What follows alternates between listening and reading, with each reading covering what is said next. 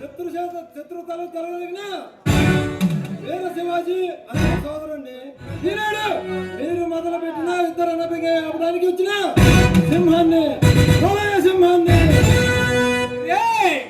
నువ్వు శత్రువును తెలుపుకున్న ఛత్రపతి వీర శివాజీ తాండ్రబాబు వాడుతున్నాయినా శత్రువు తలరిగిన ఛత్రపతి శివాజీ సోదరుడవేనా నేను జరిపే మారణ హోమాన్ని ఆవేదంలో నీకు కదిగా పుట్టించిన ఆ పైబడతడం కాదమ్మా. మీలాంటి అనాశక్తులు ఆపడానికి ఆయనన్న బ్రహ్మ అవసరం లేదురా. ఈ ప్రళయ సింహం చాలు.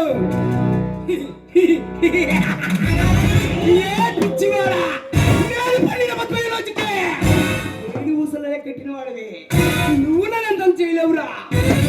రాజకీయం న్యాయాన్ని తోల కింద న్యాయాన్ని ఇలా వాడుకుంటున్నాను.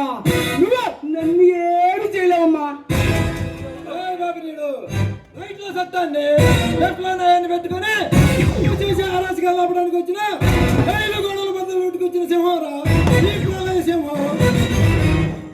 ఇది రాజుల భయపెట్టగలరా బాబినీడు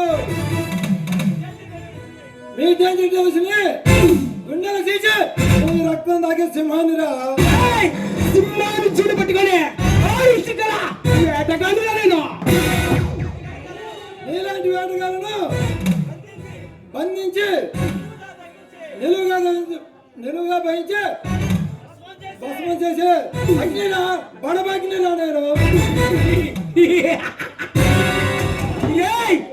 ప్రగల్భ పలుకుతున్నా అసలు ఎందుకు వచ్చా?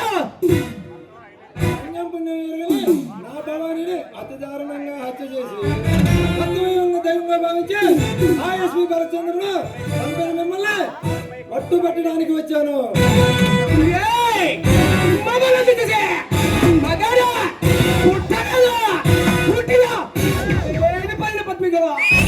చచ్చిపోతానమ్మా.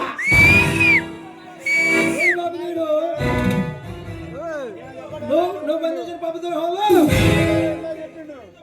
ఛేదించి నిన్న తమ్ముడిని భూస్థాపితం చేస్తాను.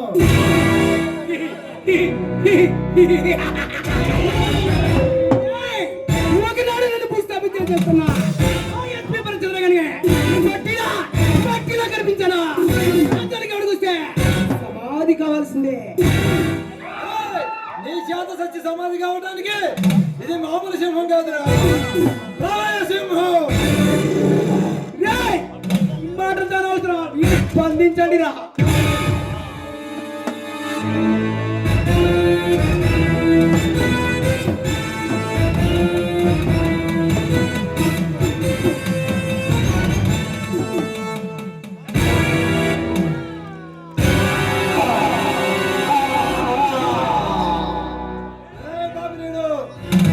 ప్రజల అవయవాలతో వ్యాపారం చేసే నిన్ను పరాయి దేశాలకు అమ్మాలని చూసి ఆనందించుకొని నీలాంటి దేశద్రోహాలు అంతం చేయడానికి వచ్చిన సింహాన్ని ప్రళయ సింహాన్ని.